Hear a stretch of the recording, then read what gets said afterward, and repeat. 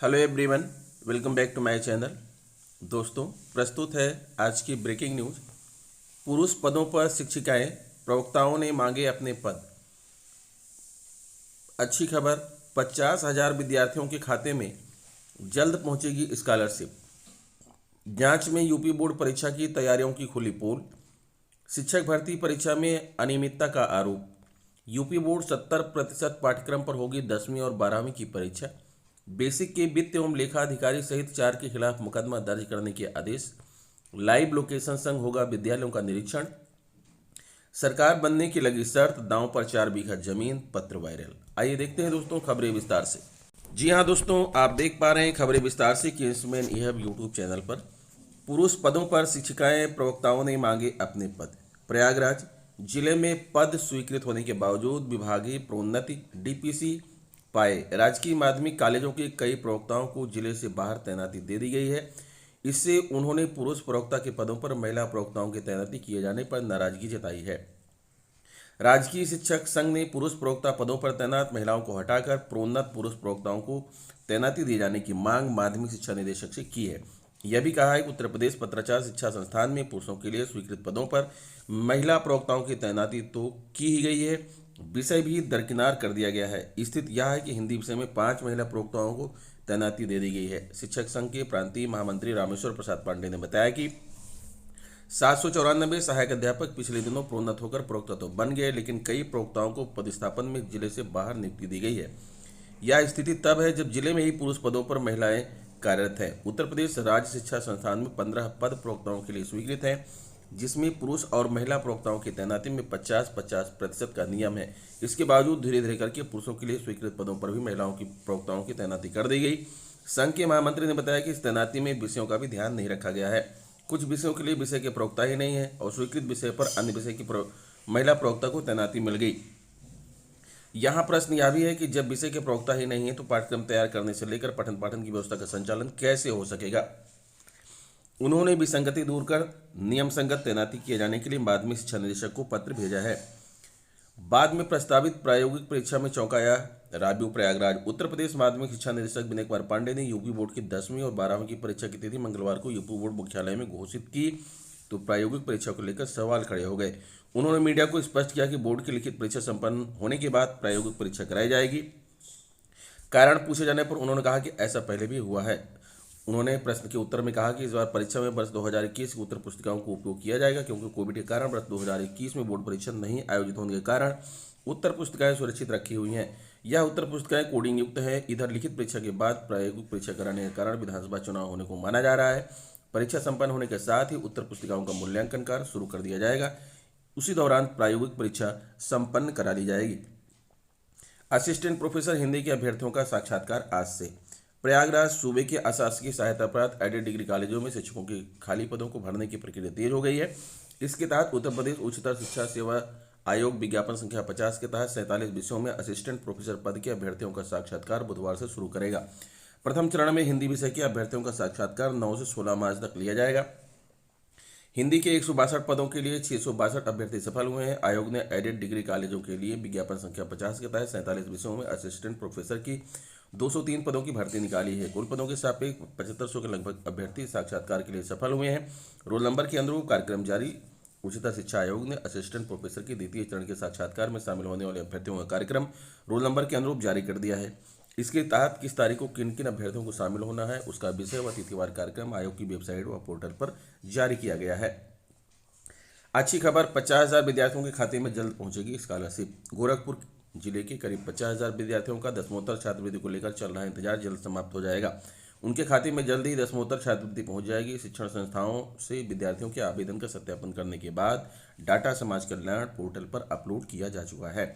50,000 विद्यार्थियों ने किया है आवेदन। जिला समाज कल्याण विभाग के अनुसार जिले में 405 स्नातक स्नातकोत्तर तकनीकी शिक्षण संस्थान हैं। इनमें से करीब 50,000 विद्यार्थियों ने छात्रवृत्ति एवं शुल्क प्रतिपूर्ति के लिए आवेदन किया है। जांच में बहुत से विद्यार्थियों के आवेदन में अंक पत्र, बैंक खाता, आधार आदि से जुड़ी गलतियां मिली थी। 21 फरवरी तक उन्हें गलतियां दूर करने का मौका दिया गया था। गलतियां सुधार के बाद आवेदनों का सत्यापन कर 28 फरवरी को विद्यार्थियों को डाटा समाज कल्याण विभाग के पोर्टल पर अपलोड कर दिया गया। विधानसभा चुनाव के लिए कर्मचारियों की ड्यूटी लगे होने के कारण इस प्रक्रिया में प्रगति नहीं हो पा रही थी। कर्मचारी मतदान करने के बाद वापस आ गए हैं और अब इस काम में तेजी आएगी। जिला समाज कल्याण अधिकारी वशिष्ठ नारायण सिंह ने बताया कि दसमोत्तर छात्रवृत्ति एवं शुल्क प्रतिपूर्ति छात्रों के खाते में भेजने की प्रक्रिया जल्द शुरू की जाएगी। एमएमएमयूटी के पूर्व छात्र वारिस का कैम्ब्रिज विश्वविद्यालय में दाखिला। मदन मोहन मालवीय प्रौद्योगिकी विश्वविद्यालय के पूर्व छात्र वारिस प्रताप को प्रतिष्ठित कैम्ब्रिज विश्वविद्यालय में एमफिल एनर्जी स्टडीज पाठ्यक्रम में दाखिला मिला है। वारिस एमएमएमयूटी के मैकेनिकल इंजीनियरिंग विभाग के 2016 बैच के छात्र रहे हैं। वर्ष 2016 में एमएमएमयूटी से मैकेनिकल इंजीनियरिंग में बीटेक करने के बाद वारिस ने भारत पेट्रोलियम कॉर्पोरेशन लिमिटेड में मैनेजमेंट ट्रेनिंग के रूप में कैरियर शुरू किया था। वर्ष 2021 में वारिस ने बीपीसीएल में एग्जीक्यूटिव मैनेजर रिटेल बिजनेस के रूप में कार्य करते हुए अपनी कंपनी सुस्लैब्स फाउंडेशन इंडिया की स्थापना की। फिलहाल वे सुस्लैब्स फाउंडेशन इंडिया के संस्थापक निदेशक के रूप में कार्यरत हैं। वारिस ने बीटेक के दौरान राष्ट्रीय स्तर की ऑल टेरेन व्हीकल, हर तरह की सतह पर चलने में सक्षम कार मेकिंग प्रतियोगिता एसएई वहा में एमएमएमयूटी की टीम का नेतृत्व किया। बीटेक के दौरान ही वारिस को नेशनल एकेडमी ऑफ साइंसेज की छात्र फेलोशिप और ऋषि शुक्ला मेमोरियल स्कॉलरशिप भी मिली थी। वारिस फर्रुखाबाद के मूल निवासी सुकुमार चतुर्वेदी एवं मंजू चतुर्वेदी के पुत्र हैं। उनकी उपलब्धि पर मैकेनिकल इंजीनियरिंग विभाग सहित अन्य विभाग के शिक्षकों ने हर्ष व्यक्त किया है। उरई हाई स्कूल व इंटरमीडिएट परिषदीय परीक्षा की तैयारी में जुटे प्रशासन ने मंगलवार को जब बरखा तो पोल खुल गई। कई केंद्रों पर सीसीटीवी कैमरे संचालित नहीं है। इस पर डीआईओएस भगवत पटेल ने नाराजगी जताते हुए हिदायत दी कि 2 दिन के अंदर व्यवस्था ठीक कर लें, अन्यथा कार्रवाई की जाएगी। उन्होंने बताया कि यूपी बोर्ड की परीक्षा के लिए जनपद के 70 परीक्षा केंद्रों पर लगे सीसीटीवी कैमरे की लाइव वेबकास्टिंग राजकीय इंटर कॉलेज उरई में बने जनपदीय कंट्रोल रूम में प्रसारित हो रही है। इसी कड़ी में मंगलवार को सीसीटीवी कैमरों की सक्रियता जांची गई। दोपहर 2 बजे जीआईसी उरई, जीआईसी मुसमरिया व जीआईसी खरका के प्रधानाचार्य व उनकी टीम ने परीक्षा केंद्रों के लाइव मॉनिटरिंग के वेबकास्टिंग उपकरणों का परीक्षण किया। तब कई परीक्षा केंद्र पर वेबकास्टिंग के लिए लगे सीसीटीवी कैमरे, राउटर, वॉइस रिकॉर्डर व अन्य वेबकास्टिंग उपकरण क्रियाशील नहीं थे। इस पर डीआईओएस भगवत पटेल ने ऐसे परीक्षा केंद्रों को अंतिम चेतावनी देते हुए निर्देश दिए कि तत्काल परीक्षा केंद्र की लाइव वेबकास्टिंग करना शुरू करें। 2 दिन बाद पुनः समीक्षा की जाएगी। पुनः समीक्षा में लाइव वेबकास्टिंग का प्रसारण न पाए जाने पर संबंधित केंद्र व्यवस्थापक प्रधानाचार्य पर अनुशासनात्मक कार्रवाई की जाएगी। शिक्षक भर्ती परीक्षा में अनियमितता का आरोप। प्रदेश के अशासकीय सहायता प्राप्त महाविद्यालयों में असिस्टेंट प्रोफेसर भर्ती में अनियमितता के आरोप लगाते हुए प्रतियोगी छात्रों ने मंगलवार को उच्चतर शिक्षा सेवा आयोग के सामने प्रदर्शन किया। छात्रों ने ज्ञापन देकर बुधवार से शुरू हो रहे साक्षात्कार को स्थगित करने की मांग की। उनका आरोप है कि कई अभ्यर्थियों ने लिखित परीक्षा में ओएमआर सीट खाली छोड़ दी थी, अब साक्षात्कार देने जा रहे हैं। आरोप है कि कमरे में आगे पीछे बैठने वाले कई अभ्यर्थी सफल हो गए। प्रदर्शन में शुभम सिंह, प्रमोद कुमार सिंह, ज्वाला प्रसाद आदि रहे। प्रदेश के अशासकीय सहायता प्राप्त विद्यालयों में असिस्टेंट प्रोफेसर के 2003 पदों पर भर्ती के लिए साक्षात्कार बुधवार से हिंदी विषय से शुरू होंगे। उत्तर प्रदेश उच्चतर शिक्षा आयोग ने 47 में से लगभग आधे विषयों के साक्षात्कार कार्यक्रम रोल नंबर के अनुसार जारी कर दिया है। हिंदी के 162 पदों के लिए 652 अभ्यर्थियों को बुलाया गया है। UP board exam date 2022। UP board की परीक्षा पहली बार 70% पाठ्यक्रम पर होगी। कोरोना काल में पढ़ाई प्रभावित होने के कारण यूपी बोर्ड ने 20 जुलाई 2020 को कक्षा 9 से 12 तक के पाठ्यक्रम में 30% की कटौती करते हुए 70% कोर्स ही पढ़ाया था। उसके बाद 2021 में हाई स्कूल और इंटरमीडिएट की बोर्ड परीक्षाएं नहीं कराई जा सकी। स्कूलों ने ऑनलाइन माध्यम से 70% कोर्स की ही पढ़ाई कराई है। बोर्ड ने इसी के आधार पर प्रश्नपत्र भी तैयार करवाए हैं। उत्तर प्रदेश माध्यमिक शिक्षा परिषद ने मंगलवार को बोर्ड परीक्षा 2022 का कार्यक्रम जारी कर दिया। यूपी बोर्ड 10वीं 12वीं की परीक्षाएं 24 मार्च 2022 से शुरू होंगी। यूपी बोर्ड हाई स्कूल और इंटर की परीक्षाएं 24 मार्च से 12 अप्रैल 2022 तक चलेंगी। पुरानी कापी से कराई जाएंगी बोर्ड परीक्षाएं। यूपी बोर्ड की परीक्षाएं पुरानी कापियों से कराई जाएंगी। 2021 की परीक्षा के लिए जिलों में 5 करोड़ से अधिक कापियां भेजी गई थी, लेकिन परीक्षा न होने के कारण उनका इस्तेमाल नहीं हो सका। अब उन कापियों का इस्तेमाल इस साल की परीक्षा में होगा। लीक हुई समय सारणी तो आनंद फानंद में की जारी। यूपी बोर्ड की 10वीं 12वीं की समय सारणी लीक होने के कारण माध्यमिक शिक्षा निदेशक विनय कुमार पांडे को आनंद फानंद में औपचारिक घोषणा करनी पड़ी। मंगलवार दोपहर में समय सारणी की खबरें सोशल मीडिया और वेबसाइट पर चलने लगी। विनय कुमार पांडे मंगलवार दिन बोर्ड मुख्यालय में ही मौजूद थे। दोपहर बाद वह लखनऊ रवाना हुए, लेकिन शासन के निर्देश पर रास्ते से लौटकर शाम को औपचारिक रूप से जारी करना पड़ा। पीसीएस मेंस के लिए केंद्र तय करने में होगी कठिनाई। यूपी बोर्ड की समय सारणी जारी होने के कारण उत्तर प्रदेश लोक सेवा आयोग के सम्मिलित राज्य प्रवर अधीनस्थ सेवा पीसीएस 2021 के मुख्य परीक्षा के केंद्र तय करने में भी कठिनाई आ सकती है। उत्तर प्रदेश लोक सेवा आयोग 23 से 27 मार्च के बीच प्रयागराज, लखनऊ और गाजियाबाद में पीसीएस 2021 मुख्य परीक्षा कराने जा रहा है। इसके लिए तीनों जगहों पर जिला प्रशासन से केंद्रों के नाम मांगे जा चुके हैं।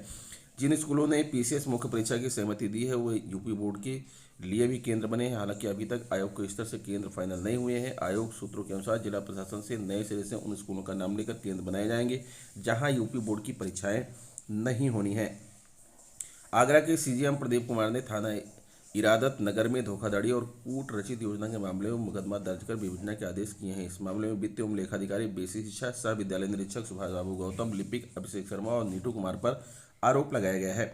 इस मामले में कुर्रा चित्तरपुर इरादत नगर स्थित ग्यासीराम इंटर कॉलेज के निवर्तमान प्रबंधक दिनेश चंद्र शर्मा ने कोर्ट में प्रार्थना पत्र प्रस्तुत किया था। इसमें कहा कि उनको बेसिक शिक्षा अधिकारी कार्यालय का एक पद 26 मार्च 2021 को मिला था।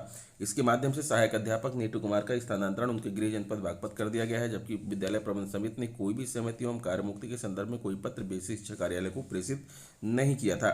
सहायक अध्यापक हो चुका है निलंबित। सहायक अध्यापक नीटू कुमार स्थानांतरण से पूर्व निलंबित चल रहा था। नीटू कुमार के खिलाफ विद्यालय प्रबंधन समिति की ओर से जांच भी की जा रही थी। इसकी जानकारी बीएसए को दी गई। बीएसए ने आवश्यक कार्रवाई के लिए बागपत के बीएसए को पत्र लिखा। पत्र में नीटू कुमार का वेतन रोकने के लिए कहा। इस पर वेतन रोक दिया गया। 30 जून 2021 को सह जिला विद्यालय निरीक्षक ने नीटू कुमार का वेतन निर्गत करने के लिए बीएसए बागपत को पत्र भेज दिया। इस कार्य में वित्त एवं लेखाधिकारी और दोनों लिपिकों ने भी सहयोग किया। हरदोई परिषदीय विद्यालयों का निरीक्षण व सहयोगात्मक पर्यवेक्षण अब लाइव लोकेशन के साथ होगा। इसके लिए प्रेरणा निरीक्षण और प्रेरणा सहयोगात्मक पर्यवेक्षण ऐप को जियो लोकेशन से जोड़ा जा रहा है। इस परिवर्तन से परिचय कराने के लिए डाइट प्राचार्य, जिला बेसिक शिक्षा अधिकारी, संबंधित जिला समन्वयक के अलावा सभी खंड शिक्षा अधिकारियों और डाइट मेंटर को ऑनलाइन प्रशिक्षण दिया जाएगा। सरकार बनने की लगी शर्त, दांव पर 4 बीघा जमीन, पत्र वायरल। बदायूं सत्ता संग्राम के परिणाम पर सभी की निगाह है। दावे तर्क हो रहे हैं मगर जिले में अजब बहस हो गई। भाजपा और सपा के 2 समर्थकों ने अपने दल की सरकार बनाने पर शर्त लगा दी। कह दिया कि यदि बात सच नहीं हुई तो दूसरा पक्ष मेरी 4 बीघा जमीन 1 वर्ष के लिए रख ले। शर्त सिर्फ जुबानी ही नहीं, पंचायत बैठी और दोनों पक्षों ने सादा कागज पर लिखकर दे दिया। यह शर्तनामा इंटरनेट मीडिया पर भी वायरल हो रहा। शेखुपुर विधानसभा क्षेत्र के गांव बिरियाडांडी में रहने वाले विजय सिंह भाजपा और शेर अली सपा के समर्थक हैं। कुछ दिनों से दोनों के बीच बहस चल रही थी। ग्रामीणों के अनुसार विजय सिंह कहते थे कि भाजपा की सरकार बनेगी, जवाब में शेर अली का दावा सपा सरकार बनने का होता है। आए दिन राह चलते या चौपाल पर दोनों बहस होती थी। बात इतनी बढ़ गई कि दोनों ने एक दूसरे को चुनौती दे दी। कहा कि जुबानी बहस या शर्त नहीं, अब पंचायत के सामने बात होगी। दर्जन भर से ज्यादा लोग एकत्र हुए। उनके सामने विजय ने कागज पर लिखा कि यदि सपा की सरकार बनी तो अपनी 4 बीघा जमीन शेर अली को 1 वर्ष की फसल करने के लिए दे दूंगा। शेर अली ने लिखा कि यदि भाजपा की सरकार बनती है तो वह अपनी 4 बीघा जमीन 1 वर्ष के लिए विजय को दे देंगे। किशन पाल सेंगर, जय सिंह साख, कन्हैयालाल, राजाराम, उमेश, राजीव कुमार, सतीश कुमार समेत 12 ग्रामीणों ने गवाह बनकर इस पत्र पर हस्ताक्षर किए। तो दोस्तों ये रहा आज का ब्रेकिंग न्यूज। आशा करता हूँ वीडियो आपको अच्छी लगी होगी। अगर वीडियो अच्छी लगी है तो प्लीज़ मेरे चैनल को सब्सक्राइब कर लीजिए, बेल आइकन को प्रेस कर दीजिए। मिलते हैं आपसे नेक्स्ट वीडियो में कुछ नई जानकारी लेकर। तब तक के लिए नमस्कार।